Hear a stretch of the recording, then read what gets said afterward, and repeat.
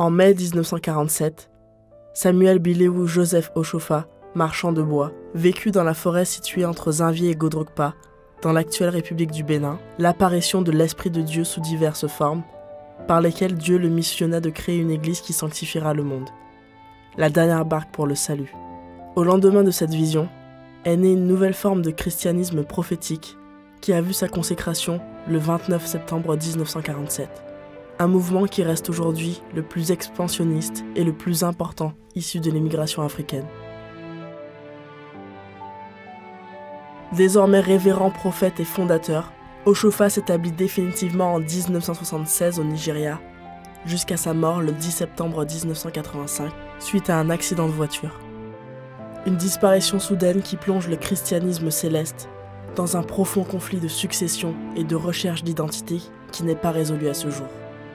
Lumière sur christianisme céleste, document apparu en 1972 à Porto Novo, et la Constitution bleue, apparue en 1980 au Nigeria, aborde de manière différente comment le pasteur Oshofa avait dit qu'il lui avait été révélé que le pasteur, plus haute instance, désignera sous l'inspiration divine son successeur, et celui-ci pourrait être de n'importe quel rang dans la hiérarchie de l'Église. Aujourd'hui, la crise s'est élargie sur le plan mondial avec plusieurs pasteurs autoproclamés.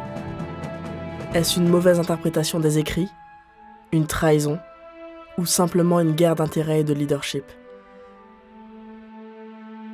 Depuis que papa est parti s'installer au Nigeria et avec tout le tumulte qu'a connu l'Église, il a dit qu'après sa mort, l'Église connaîtra une zone de turbulence de 7 ans.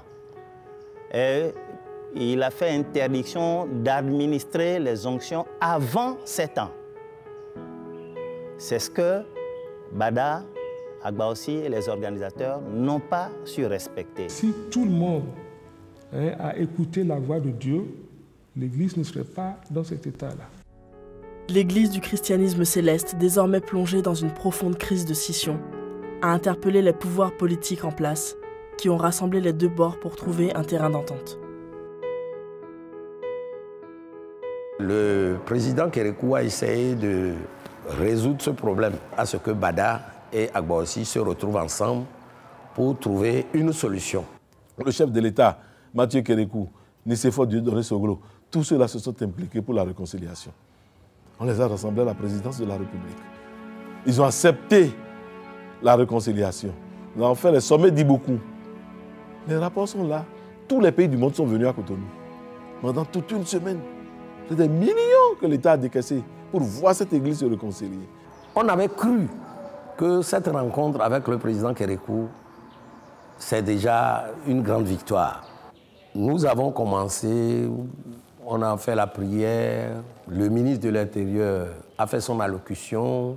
C'était un très grand événement, grandiose, qui nous amenait à l'unité de l'Église.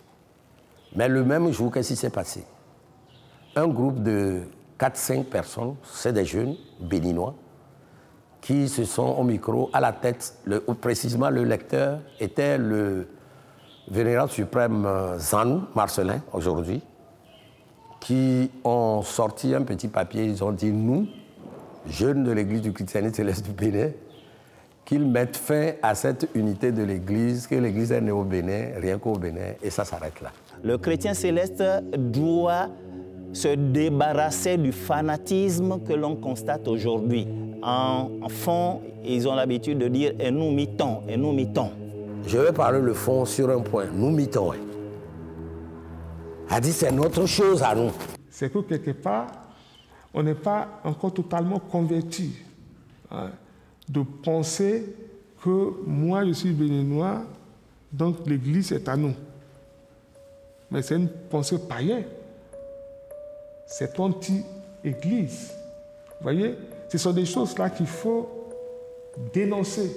Et il faut que les gens renoncent à toutes ces pensées-là.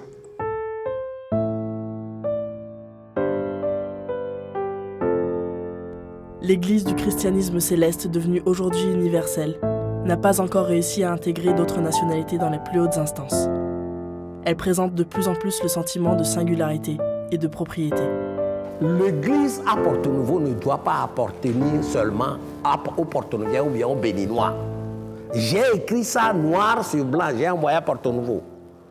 Et l'année 2011, le 22 août, on m'a convoqué à Porto-Novo pour que j'explique ma lettre.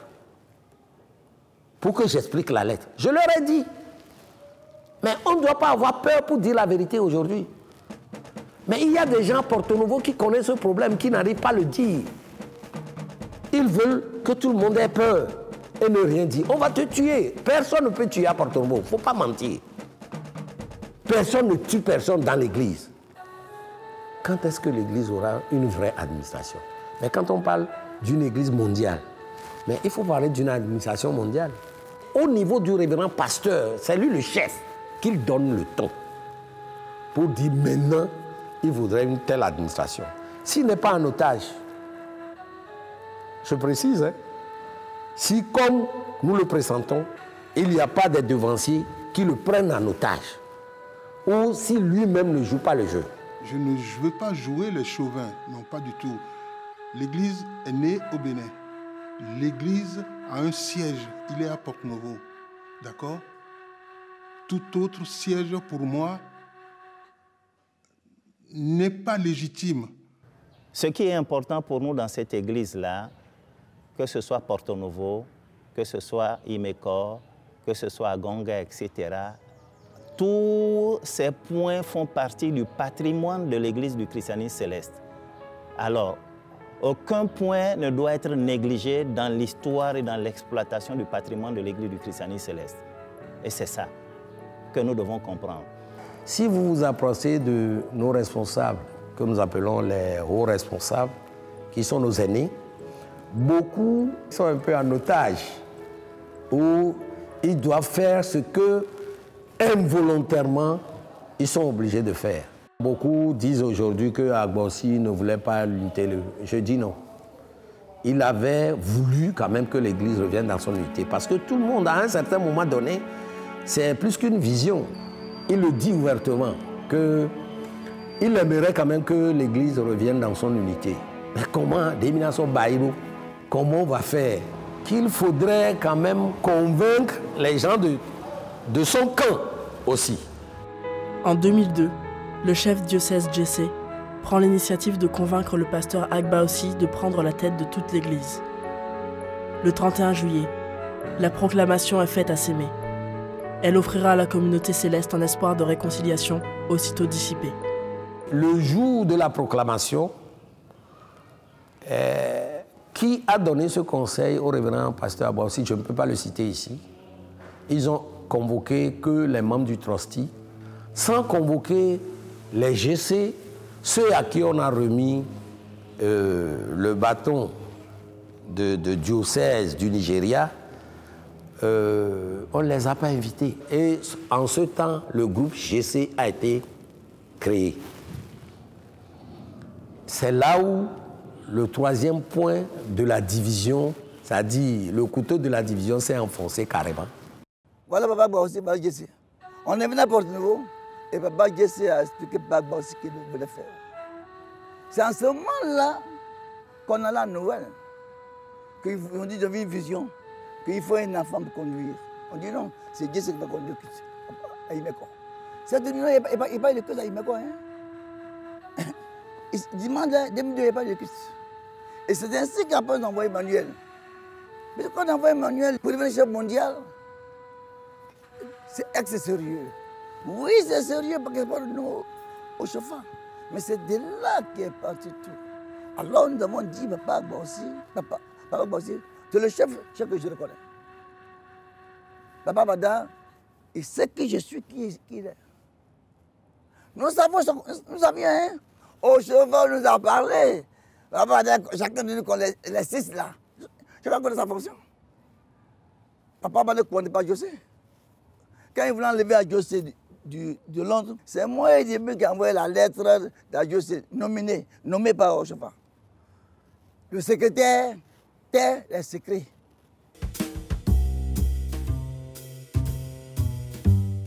Quand la proclamation a été faite, les membres du trustee sont revenus. Le Bénin avait cru que vraiment ils avaient un côté sincère pour essayer quand même de ramener toute l'Église dans l'unité. Mais qu'est-ce qui s'est passé?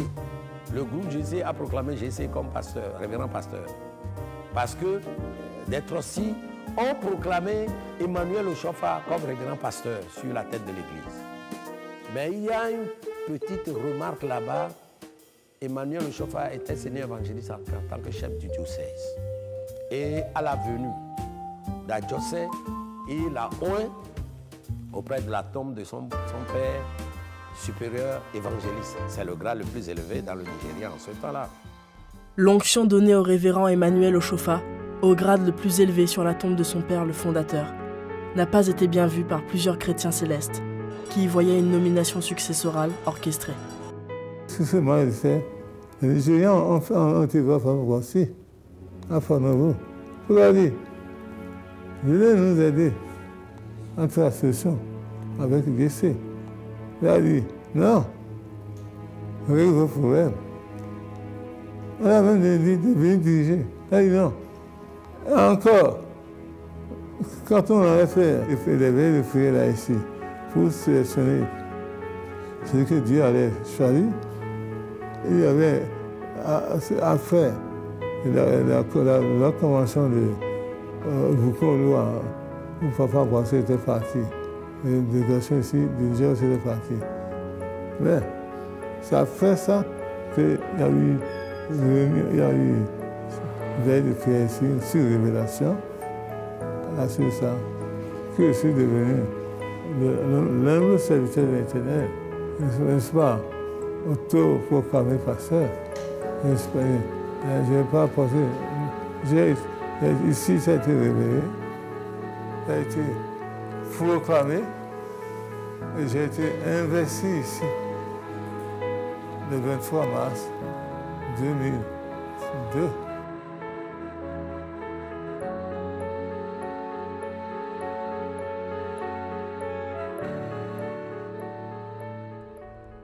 Les plus grands pôles de l'Église sont aujourd'hui dirigés par les Béninois d'une même ville. Mais là encore, unité et réconciliation ne se récitent que dans les prières et démontrent le pouvoir des comités nationalistes qui entourent les pasteurs, souvent contraints à se plier à la volonté des leurs. Quand tu vois, maintenant, on peut dire quand même que c'est le groupe portorevien qui dirigeait le monde dans l'Église. Là, il peut y avoir des compréhensions. Attendez, que je vous dise ceci. Il y a une belle image que j'ai. Il fut un moment où l'Église, dans sa division, a eu 3 pasteurs. Et tous les 3 sont de Porte-Novo, de la même ville. Tous les 3 ont travaillé sous Oshofa. Est-ce que cela ne pouvait pas les pousser à vouloir cette unité-là? Parce que la division cesse. Il y avait Papa Agba aussi qui a vu grandir Emmanuel Oshofa. Il y a le Papa Paul Mafourikan qui est rentré quelques années après la fondation de l'Église. Agba aussi était toujours là. Donc ces 3-là, s'ils se retrouvaient, ils ont un aîné, c'était Papa Agba aussi, autour de qui ils pouvaient faire l'unité. Ils sont de la même ville, ils parlent la même langue, je dirais. En Afrique, lorsque vous êtes de la même ethnie, on a tendance à s'unir. Cette occasion a été ratée. Et ça m'a fait réfléchir beaucoup sur les raisons de la division. À ma connaissance, c'est des intérêts matériels et égoïstes qui ont fait qu'il n'y a pas eu d'approche ni de tentative de réunification.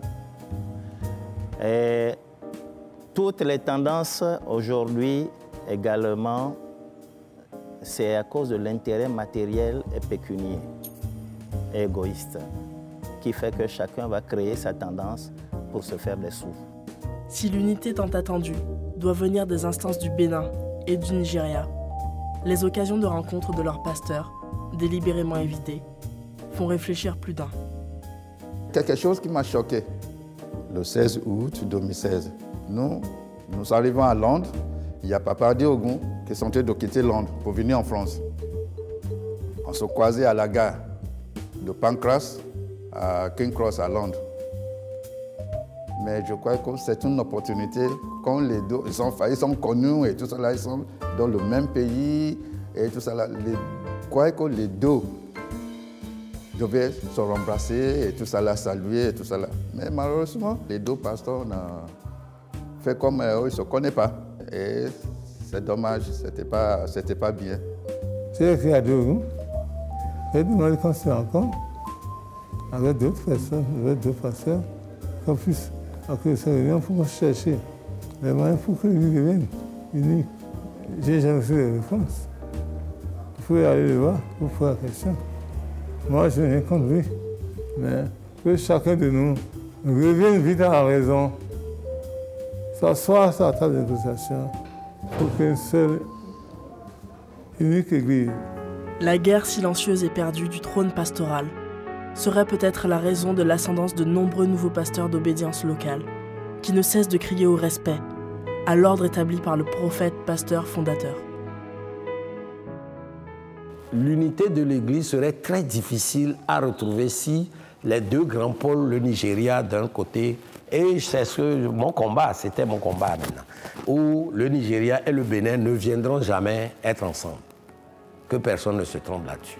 Si vraiment l'Église revient dans son unité, et s'il faudrait que nous, les révérends pasteurs, laissent les touches, principalement moi je le ferai. C'est pas juste pour bluffer, non. Parce que c'est pas ça qui nous amènera au ciel. Mais on est fatigué de ce qui se passe au Bénin et de ce qui se passe au Nigeria. À partir du moment que l'Église va s'unir, toutes les tendances seront réabsorbées. Ça, c'est une vérité. Et je vous assure ici que la réhabilitation sera une Église céleste comme elle est encore, sans résistance aucune. Moi, j'ai déjà fait un songe. Parce que comme moi, j'ai commencé à poser des questions au Seigneur. Je dis, mais pourquoi partout dans l'Église du christianisme céleste, dans le monde entier, pourquoi il y a toujours des palabres? Pourquoi il y a toujours des histoires? Et la révélation que Dieu m'a donnée, il dit, regardez, il y a un grand bateau. Un grand bateau. Il y a plein de gens du christianisme céleste qui sont dedans. Et il y a quelqu'un qui conduisait ce bateau-là, qui pilotait ce bateau. Et dans l'église, il y a quelqu'un qui se battait, donnait coup de poing. Le bateau fait comme ça, comme lui. Le bateau va tomber dans l'eau et tout ça. Là. Il y a les gens qui disent, ah non, moi, je ne peux pas rester dans cette église-là. Il y a les gens même qui rentrent dans l'église. Et le Seigneur dit, vous voyez, tout ce que tu vois là, c'est le membre de l'église au christianisme céleste. La personne qui conduit ce bateau-là, ça c'est Jésus-Christ. Mais c'est la personne qui va suivre lui jusqu'au bout, c'est tous ces gens-là qui va rentrer dans le royaume. C'est là, depuis ce jour-là, je m'étais, même si quelqu'un m'a giflé et tout ça là, moi, je ne peux, parce que maintenant, je sais où je vais. Mais l'Esprit continue et dit, le Satan dit, il va lancer 3 bombes dans chaque paroisse. Et c'est quoi toutes ces 3 bombes-là? Il dit, première bombe, ça veut dire, les gens vont commencer à bagarrer sous les rangs, sous les grades. Ah, l'autre va dire, quand est celui-là la honte de l'église? Ah, pourquoi il a pris une grade plus que moi? Deuxième bombe, sous l'agent. Les gens vont bagarrer sous l'agent. Et tout ça. Si tu bagarres sous l'agent, ça veut dire que l'autre va dire, ah, celui-là il a pris ma femme, celui-là il a pris mon mari. C'est les 3 choses-là qui se passent dans l'église. Si l'église du christianisme céleste ne présente pas de forme de division flagrante comme d'autres églises, les signes sont bien cachés dans les places et honneurs auxquels aspire chaque dignitaire, qui souvent se sont vus interdire l'accès de l'autel des paroisses dont ils ne sont pas pasteurs. L'église est divisée. Bon, beaucoup d'églises ont connu ça, beaucoup de religions, je dirais, ont connu ça. Maintenant, nous sommes plusieurs branches portant de la même église. Les églises qui sont nées avant notre église ont connu chacune une crise ou des crises.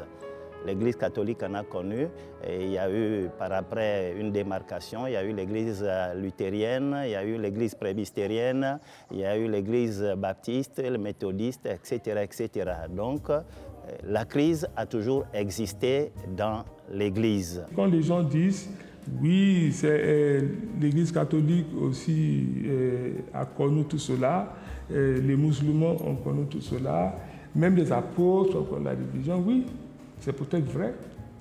Mais tout cela, c'est une histoire pour que nous, on puisse nous corriger et ne pas tomber dans le même revers. Parce qu'il faut dire les choses telles quelles. C'est pourquoi on se parle. Voilà, les gens, pour les intérêts d'argent, pour les intérêts de pays, pour les intérêts personnels, les gens ont décidé de maintenir l'Église dans cet état. Nous, Église du Christ, on a plus de chance parce que déjà les églises comme l'Église catholique ont retracé des voies. D'où nous devons aujourd'hui copier ces voies et les erreurs que des gens ont fait hier, les mêmes erreurs, nous ne devons plus pas les faire aujourd'hui pour essayer de rebâtir notre Église. Tout est basé sur les intérêts, l'argent, la masse d'argent, la masse de l'onction. L'onction, ce que ça générait, c'est très important. C'est pour ça. Et même ici aussi, je vois les partis se proclamer pour aller au moindre. Il dit qu'il est révérend, mais il n'est pas pasteur. Et puis au moins, pourquoi? C'est à cause de l'argent. Je ne suis pas pasteur. Je suis un révérend prophète. Ce sont les autres qui m'appellent pasteur. Pour moi, lui, il ne peut pas nous dire que lui n'est pas pasteur, parce que lui, il dit que non, lui n'est pas pasteur, lui, il est révérend. Et tout ça là. Maintenant, puisque si tu n'es pas pasteur, dans ce cas, il ne faut pas habiller, mettre l'habit de pasteur, ou bien donner l'onction, comme les autres et tout ça là. Ça fait dire que lui aussi fait partie de tout ce qui réclame qu'ils sont pasteurs. Si tu es venu pour réhabiliter, donc tu ne donnes pas d'onction, mais tu oins pourquoi? Pour que les gens payent. Si tu oins que c'était encore gratuit, d'accord, mais les gens payent de l'argent. Alors, donc c'est pareil. C'est le problème d'argent qui divise cette église-là. Il faudrait comprendre que la mission de la réhabilitation est la conséquence de la division de l'église. La mission de la réhabilitation qui refuse l'hégémonie béninoise, la domination nigériane, et aussi l'ambition personnelle de certaines personnes fait que nous sommes là comme une lampe de témoin. À l'instar de Sémé et Imeko, beaucoup d'autres lieux de pèlerinage de circonstance ont vu le jour et reflètent de plus en plus un climat de tiraillement entre les tendances et l'instabilité de l'Église en général. Le pasteur, en inaugurant Imeko, a dit « c'est fini, Sémé ». Il dit « c'est fini ». Les anges qui étaient avec lui ont été transférés à Imeko. C'est dans son discours. Avant que le prophète ne quitte le Bénin, Sémé a été enfermé pendant 12 ans. Du vivant d'Ochofa, il a laissé un testament. Et dans le testament, il a dit exactement ceci. S'il arrivait que Dieu l'Éternel me rappelait ici à Porto-Novo, au Bénin, que Porto-Novo soit le lieu de pèlerinage. Mais si c'est au Nigeria, que je sois enterré au Nigeria à côté de ma mère, et que ce lieu soit considéré comme le lieu de pèlerinage de tous les chrétiens célestes du monde entier. Dans la constitution qu'il nous a laissée, il nous a dit que là où sa tombe sera, si c'est au Bénin, sera un lieu de pèlerinage, et si c'est au Nigeria, sera aussi un lieu de pèlerinage. Le Premier Testament, il dit, si je meurs ici, enterrez-moi là, ce sera un lieu de pèlerinage. Un lieu de pèlerinage, en français de Molière, c'est pas le lieu de pèlerinage. Le lieu article défini. Un lieu, c'est un lieu. Il y a un autre lieu qui peut arriver. Je prends la constitution du Nigeria, donc c'est ce que je vais signer. Au Bénin, Papa Boissi a signé, c'est mon père, il n'est pas le fondateur. On ne s'amuse plus là. Non, on ne s'amuse plus. Papa Boissi, c'est mon papa. Il va signer la Constitution, il n'est pas le fondateur. Le fondateur a signé à vie. Tout ça ne posera aucun problème si, comme tu l'as dit, il y avait un seul pasteur à la tête de l'Église. Sémé est en quelque sorte la Médine de notre Église. L'histoire de Sémé, on ne peut pas l'effacer. Elle est là, elle existe. On peut aller à Sémé. On peut aller prier à Sémé. Mais il faut toujours aller à la racine. Là où la racine est transplantée, il faut toujours aller là. L'aspect privatif que développent les sièges de l'Église semble être un frein et un handicap majeur, mais la question de religion patriotique n'est toutefois pas bienvenue. Il y a une sorte de nationalisme qui se forme. Même si on ne le dit pas, mais on le voit. Tu vas voir leurs dirigeants, il n'y a que les Béninois qui sont là. Mais il faudrait qu'on arrive à faire une église universelle qui ne tient pas compte de l'origine des individus. L'implantation anarchique du christianisme céleste et la prolifération désordonnée des paroisses lui confèrent un aspect qui ne reflète pas la dignité du vrai Dieu.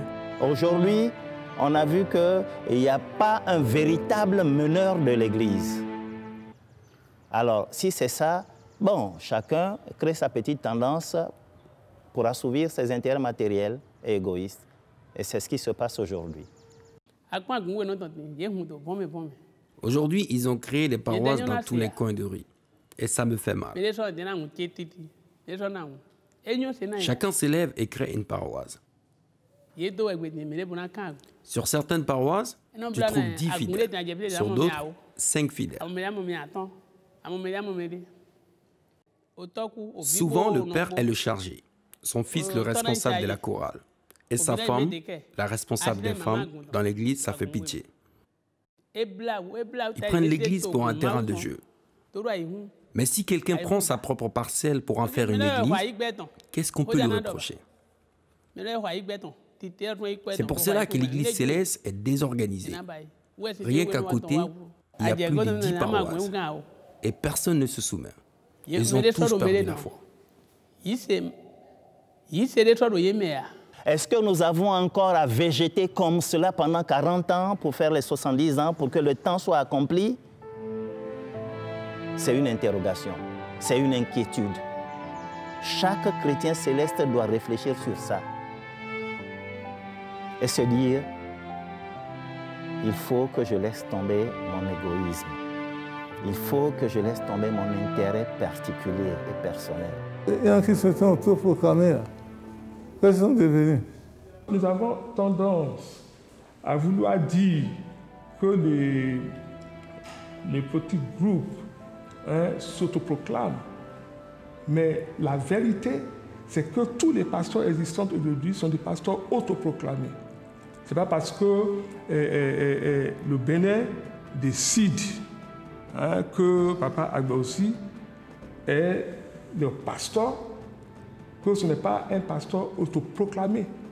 Ce n'est pas parce que le Nigeria avait décidé que le pasteur Bada est le pasteur, que ce n'est pas pasteur Bada n'est pas un pasteur autoproclamé. C'est selon les intérêts des pays que les pasteurs-là ont été choisis. Le Nigeria dit, Oshofa a dit. Et le Bénin a dit, c'est le prophète Oshofa a dit. Ça dit, le bon sens n'y est plus. Où Oshofa est mort. Il a été fondateur de l'Église, certes. Mais on ne peut pas dire, parce que Oshofa a dit ça en 1947 jusqu'en 1984, que nous allons nous cloîtrer sur ça et on ne peut pas réfléchir, essayer quand même de s'asseoir comme des gens, des grandes personnes et dire comment on peut faire pour changer cette église. C'est là la vraie maladie de l'église. Ce n'est pas une église même de la famille Oshofa. On le dit haut et fort, je l'ai dit à Emmanuel, pour lui faire comprendre qu'il est handicapé. Si nous devons être bibliques, la Bible refuse que toi, dans ton handicap, tu deviens un révérend pasteur. Aucun enfant d'Oshofa ne s'est jamais arrogé le droit de dire qu'il va venir s'asseoir sur le trône de son père. Non. Parce que l'Église n'est pas une affaire de famille. C'est pourquoi les enfants se sont éloignés du pouvoir. Donc, Babada était là. Il a fait le menton de pasteur. Bon, Adjos c'est aussi par la suite. C'est 17 ans plus tard, le monde de mon père, qui doit prier à Dieu, dans son amour, de me faire désirer par les visionnaires ici. Je vous explique comment ça s'est passé. Il a été révélé que l'Église réunisse des dévanciers de tout genre pour venir ici à Imeko, Terre Sainte, plaider leur cause à l'Éternel, pour que Dieu leur donne ce qui va remplacer leur papa et le Dieu Shapha. Je n'étais pas là. Donc, ils ont commencé ça dès le 28, 29 et le 30 septembre, en l'an 2002, donc ici à Imeko. Pendant 3 jours, les messages ont été donnés, révélés, et c'est toujours mon nom qui a été sélectionné. Après la mort du pasteur Adjosé, le Board of Trustees a fait appel à tous les dignitaires en 2002 pour choisir un unique pasteur mondial. À ce moment même, se tenait une réunion à Porto Novo où étaient présents le pasteur Benoît Agbaossi et Emmanuel Oshofa, chef diocèse de France. Emmanuel Oshofa, avant de partir, a demandé à Papa Agbaossi, est-ce que tu viendras à Imeko? Il a dit oui, allez-y, je vous rejoins. Agbaossi lui a répondu ceci: je viendrai, devance-moi, demain, moi je prendrai la route pour vous rejoindre. Emmanuel lui disait, mais si demain vous allez venir, autant que je reste et que demain ensemble nous y allons, parce que c'est pour désigner le pasteur de l'Église, mondial de l'Église. Et nous, on s'est levés, on est sortis. Quand on est sortis, Emmanuel Oshofa nous a dit, il ne viendra pas. On a dit, mais pourquoi? Il dit, non, non, je le connais. S'il venait, il nous dit qu'on va partir ensemble. Il a dit, allez-y et je vous rejoins. Et il avait bonne foi. Mais après que Emmanuel s'était dit, bon, si c'est ça, de toute façon, je vous dévance. Et il a dévancé. Mais les conseillers autour de Papa Agbaossi lui ont dit, pas question. Et c'est ainsi qu'on l'a toujours manipulé. Et il ne s'était pas rendu au grand rendez-vous. C'est à défaut d'Agbaossi qu'Emmanuel Oshofa a été coopté comme pasteur mondial de l'Église du Christianisme céleste. À cette même époque-là, il y avait Jesse aussi qui s'était autoproclamé pasteur et qui voulait diriger, avoir le contrôle de Imeko, puisqu'il était le chef du diocèse du Nigeria. C'est ainsi que lui-même, venu à Imeko, à cette époque précise-là, ce grand rassemblement de décembre-là, il était là, sûr de pouvoir prendre l'autorité. Mais quand les visionnaires qu'on avait commis pour interroger Dieu et le Saint-Esprit, qui, en ce moment, à défaut des soldats, qui peut faire l'affaire, c'est là où l'Esprit s'était porté sur Emmanuel Oshofa. Avant ça, moi, je croyais qu'on est parti en Angleterre. Ce problème-là n'est même pas encore commencé. Quand on est parti en Angleterre, il y a une dame qui a donné un message. Il y a moi, Papa Oshofa Emmanuel, il est encore sous prudence en ce moment-là, il est le chef de diocèse. Il y a moi, il y a Papa Depri, il y a Papa Choubo lui-même, il y a Papa Zahiri. On est parti en Angleterre en délégation. Et il y a un visionnaire, une dame. C'est dommage que la dame est morte aujourd'hui. C'est cette dame-là qui est sortie une vision que lui, il sera le pasteur. On était parti à Londres quand une dame est venue prophétiser. On était assis comme ça et Chouboal était à côté. Moi j'étais là Et Rante était là, Zahir était là, et la dame qui était en train de laver les chaises, elle a jeté les chaises là-bas. En transe, elle est venue, elle s'est mise à côté, à genoux devant lui. Il lui a dit, c'est toi que j'ai choisi, c'est toi, j'ai mis la couronne de gloire sur ta tête, c'est toi qui es à la tête de mon église, c'est toi que j'ai choisi. Emmanuel Oshofa, son rôle et sa mission, c'était de venir rassembler. C'était ça son rôle et sa mission. Mais je crois qu'autour de lui aussi, il y a des manipulateurs. Parce que chacun voyait son intérêt. Et si jamais cette réunification se faisait, s'il fallait faire l'intégration des autres, quelle serait ma place, quels seraient mes intérêts là, mes avantages? Alors, beaucoup voyant qu'ils allaient perdre leurs avantages, leurs intérêts matériels, alors donc et spirituels, leur honneur, etc. Alors, chacun a contribué d'une manière et d'une autre à dire non, non, non, non, non, non, il ne faut pas accepter, il ne faut pas ci, il ne faut pas ça. Et voilà où nous en sommes aujourd'hui. La page 61 de Lumière sur christianisme céleste et l'article 111 de la Constitution bleue, interprété de diverses manières, reste l'ultime argument d'ascendance de nouveaux pasteurs, parmi lesquels le pasteur Xavier Bédaï se justifie être le successeur légitime dont parlent les Écritures révélées du fondateur Oshofa. Puisqu'on parlait de jeûne, tout ça, Bédaï, je l'ai ramené jusqu'ici. Mais quand je suis venu voir comment les choses se passent, je savais, je suis un prophète, hein, sans se vanter. Je lui ai dit, tu n'es pas pasteur, révérend pasteur. Je suis celui dont Oshofa a parlé. Priez 40 jours et 40 nuits et vous allez vous rendre compte. Plus personne d'autre à part moi ne viendra. Notez-le. Celui dont parle le testament, c'est moi. Il n'y en aura pas deux. Tous ces pasteurs-là, de A à Z, et tout le monde disait, c'est Dieu qui m'a choisi. Mais Dieu l'a choisi qui? L'Église au Togo a ouvert un volet où mépris et haine, allant à l'usage des forces armées, tonifie à jamais la mauvaise réputation du christianisme céleste.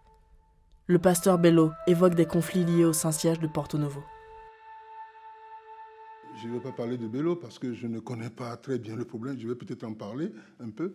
Il s'est mis hors de l'église en s'autoproclamant pasteur. Et tous ceux qui se sont autoproclamés pasteurs, pour moi, c'est comme ça. Il faut aller voir chacun, comment chacun a déclaré son église. Nous, on s'appelle à la préfecture Église du christianisme céleste.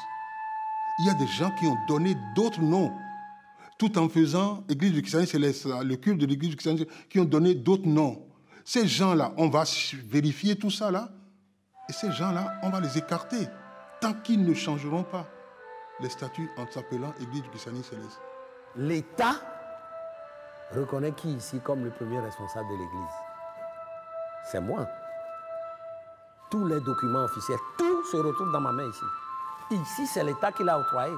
Quand Agbansi de Ré-Secten, il a dit quoi? Adéogu dit, à Bello, je lui ai donné le Togo. Parce qu'il a dit, Adéogu ne peut pas dire autre chose aujourd'hui. Mais quand tu es venu, à cause d'une autre divergence qui s'est passée à Paris, à cause de quelques petits problèmes qui se trouvent entre nous, tu as pu écouter d'autres personnes pour dire que tu veux m'enlever. Il a écrit des lettres, il dit qu'il me suspend, il a fait des trucs qu'il veut ramasser, tout ce qui a été fait. Ah non, l'État n'est pas d'accord. Ah non, nous n'étions pas d'accord. Ah non, on lui a répondu. Et il est venu à cause de ça. Ce n'est pas qui lui a donné ses conseils. Il m'assigne maintenant à la justice togolaise. Et il assigne l'État togolais à la ministre de l'Intérieur, à la justice togolaise pour dire que l'Église lui appartient. Mais on lui a prouvé que l'Église est une association togolaise ici. 1. 2. Il n'a pas force de loi sur le Togo.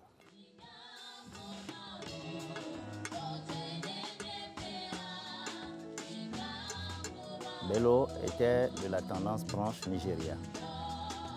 Il était le vice-président du comité directeur national. Par après, il s'est retrouvé avec Jesse. Après, il est revenu encore dans la tendance Nigeria. Il est retourné à la tendance Porto Novo. Il est revenu à la tendance Nigeria. Et à la dernière tentative, nous lui avons posé des conditions. Tu étais alors seigneur évangéliste avant de te démarquer. Si tu dois revenir avec les attributs dont tu parles, tu reviens avec ton grade de seigneur évangéliste, pas avec le grade de supérieur ou bien de suprême, non. Il a dit, si ça n'est ainsi, moi, je me retire. Et il s'est retiré. Alors, le terrain qui lui était un peu plus facile, c'est là où il est allé, il a donné un coup de pied là dans la motte, et puis, bon, il a bousculé les choses, il est devenu aujourd'hui pasteur. Quand il était dans la branche Porto Novo, dans certaines de ses revendications, il est arrivé que Porto Novo l'avait aussi excommunié de sa branche. Les revendications du pasteur Bello sur l'autonomie et le remaniement dont devait jouir l'Église au Togo n'a pas été agréée par le Saint-Siège à Porto Novo, dont il dépend. J'ai demandé, sur les onctions, on prend 5 000 francs togolais. Les petits détails. Les Togolais doivent cotiser 5 000 francs pour l'onction. Mais j'ai demandé que Porto Novo doit prendre 3 000, jusqu'à quand je suis arrivé, doit prendre 3 000 francs et nous prenons 2 000. Puisque nous savons qu'il y a beaucoup d'argent qui rentre. Mais nous savons aussi qu'on ne peut pas nous remettre cet argent-là. Une partie de l'argent pour le Togo, pour la Côte d'Ivoire. Mais ça dit, c'est des gestes emblématiques. Ce n'est pas que c'est l'argent qu'on devait donner là qui va tout faire au Togo ici. Non. Que le siège démontre quand même, jusqu'au moment où on voit que tous les pays, quand même, tout s'est bien installé. J'ai demandé seulement qu'on doit prendre 2 000 francs sur les fonds. Le chargé paroissial qui a travaillé toute l'année pour ça doit prendre 1 000 francs par fidèle. Il y aura des suivis dans sa paroisse pour faire quelque chose. Et les 1 000 francs restants, c'est pour le diocèse en soi. Pour que nous disions quand même que c'est le siège qui a aidé à ce que nous avons pu rebâtir ça, faire ceci, faire un forage, faire ceci ou cela. Le siège mondial doit se lever un jour, créer des ONG, faire beaucoup de choses, doit se lever pour dire, cette année, nous rebâtissons au moins 10 forages dans le territoire togolais. Que dira nos pays? Que dira les églises? Les gens seront contents. C'est ce qui a créé l'animosité entre moi Mais les gens veulent dire non aujourd'hui, non. C'est ça la réalité. Je l'ai écrit noir sur blanc sur des papiers. Ce n'est pas que j'ai seulement dit. 2, on avait dit quand même qu'il faudrait une administration saine. Papa Bello est un ami personnel. Je vous le dis, c'est un ami personnel. Je vais chez lui, je mange chez lui, comme tout le monde, c'est un chrétien céleste. Mais il s'est fait qu'aujourd'hui, Papa Bello s'est donné des attributs qui vont dans le sens du schisme de l'Église du christianisme céleste au Togo. Il a eu des difficultés avec les 2 tendances. C'est vrai. Mais il ne doit pas chercher à se faire justice. Parce que je me rappelle, pendant une réunion à Cotonou, chez Papa Djovi Émile, les problèmes ont commencé à l'époque, et il a été convoqué par le pasteur Bada. Et Papa Bada dit, Bello, be careful, attention. Je le lui ai rappelé encore ça la fois dernière. Et nous n'avons pas le droit de nous venger. Je voudrais qu'il se calme. Complètement. Notre politique, c'est que nous nous soulevons, nous sommes des petits partis qui se créent, qui se voient entre nous. Dossou vient chez moi, Jossou vient chez moi. Beaucoup, je vois Diemou, j'ai participé à faire Diemou révérend pasteur. Je suis très bien avec Choubo Ale, qui est révérend pasteur. Ces gens-là, vous ne comprenez pas qu'ils sont à aussi, il est où maintenant? L'argent qu'il avait gagné, tout ça, dans tout ça, ça ne lui a pas profité à lui. Même à sa famille, à la justice, tout ça. On a tous les jours, on va pour essayer quand même de créer l'apaisement. Bada, tu sais ce qui s'est passé après sa mort? Alors, nous sommes une génération maudite. Hein? Vous devez comprendre une chose. Il faut, nous, des révérends pasteurs, pour qu'un jour nous faisons taire ces révérends pasteurs qui pense même à l'organisation, qui ne réfléchit pas à cela. Yo, notre révolution, c'est pas Bello. Il y a beaucoup dans le monde entier qui sont un groupe de gens qui se soulèvent contre Porto Novo, contre le Nigeria. Il y a une terminologie qui a été toujours utilisée dans cette autonomie recherchée. Aujourd'hui en Côte d'Ivoire, Edjemo dit « Église du christianisme céleste de la Côte d'Ivoire ». Mais nous disons qu'il n'y a pas d'église du christianisme céleste de la Côte d'Ivoire. Il y a église du christianisme céleste en Côte d'Ivoire, parce que l'église est internationale, c'est une église universelle. De même qu'aujourd'hui, nous entendons dire église du christianisme céleste du Togo. Ça n'existe pas. Parce que le Togo ni la Côte d'Ivoire n'a pas fondé une église. S'il faut comprendre que nous avons fauté,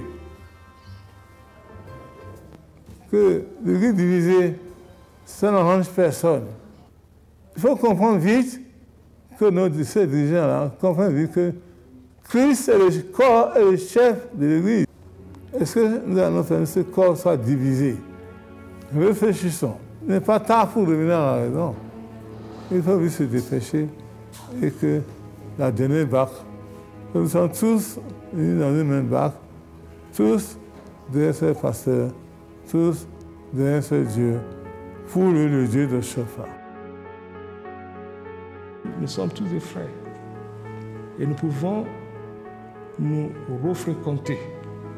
Si nous avons cette volonté, si nous avons cet engouement, si nous avons le soif pour le faire, si l'homme ne se défait pas de son vieil homme, il ne peut pas être spirituel et il ne peut pas trouver le chemin de la lumière que Christ a mis devant lui. Donc il faudrait qu'on oublie qui nous sommes, qu'on oublie notre ego, qu'on oublie notre grade, qu'on oublie notre position. Ce que nous devons comprendre aujourd'hui, ou ce que les fidèles, tout le monde doit comprendre, que la division dans l'Église est comme un esprit qui est rentré au sein de la communauté. Et la solution doit venir de la bonne volonté, d'une volonté très dépassée, pour que nous nous acceptions pour pouvoir s'asseoir. Tous les chrétiens célestes du monde entier commencent à se donner la main d'amitié, de fraternité. En se fréquentant, on aboutira forcément à une union et il faudra que cette union-là vienne du sommet, que les responsables des églises, le responsable de l'église du Bénin, les responsables des églises du Nigeria et tous ceux qui se sont autoproclamés pasteurs dans leur coin, que tous ceux-là, à un moment donné, comprennent que c'est terminé. Il faut le dialogue. Donc il faut parler de ces problèmes. Il faut débattre. Et il faut avoir la volonté d'y apporter une solution. Et comme c'est une église, il faut que l'église se mette ensemble pour prier. Surtout avec un esprit de pardon. Parce que quand il y a la division, il y a les heurts. Donc, il est normal qu'on s'est offensé pendant toutes ces périodes-là. Mais le chemin de la croix que Christ a montré à l'Église, n'était-il pas un chemin de pardon et de sacrifice? Donc que chacun se pardonne, que chacun se sacrifie.